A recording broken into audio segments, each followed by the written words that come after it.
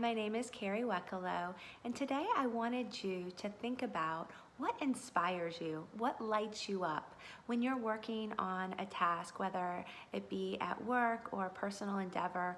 What just feels good and you get excited about doing that task? And I have a few examples to share with you around that. And the first is with my children and them keeping their acumen strong academically throughout the summer.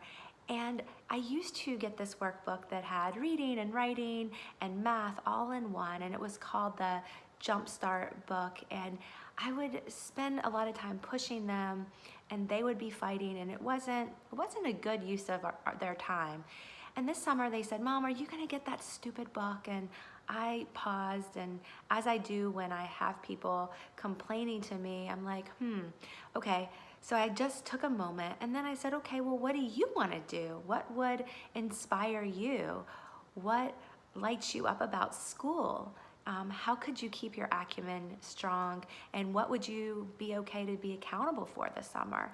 And so they made a list, and they did decide to do the math workbook, but they also, for the reading and writing, had a little bit different of a spin, something that I wouldn't have thought of.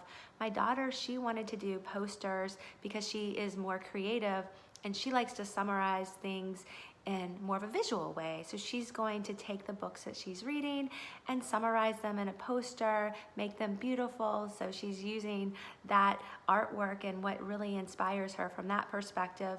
And then my son is very fascinated with what even a book report is. So he asked to figure out what are the elements, what makes up a book report. So we're just looking for those aspects. I found a worksheet online that has the different pieces, like who are the main characters, what are the main themes of the book, would you recommend the book, and some other items that he's gonna be focused on when he's reading his books.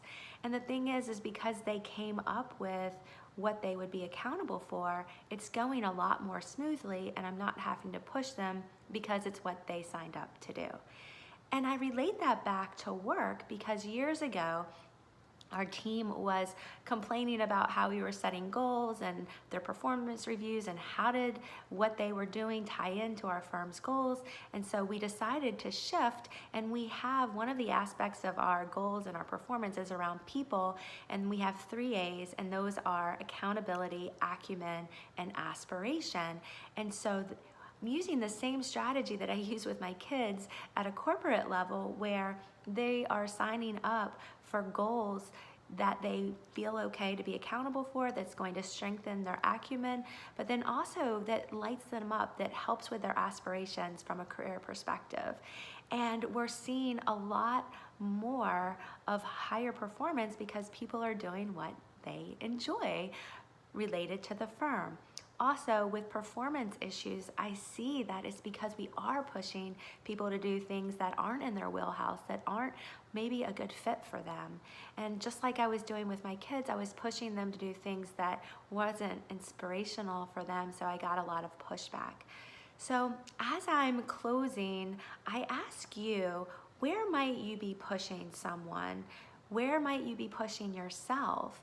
And how can you align your inspiration, your joys, what lights you up with what you're doing, whether it be at home, at work, your personal hobbies, how you might want to make a difference in the world, but really taking time to hone in on that, what lights you up, what makes you happy, instead of pushing yourself and pushing other people.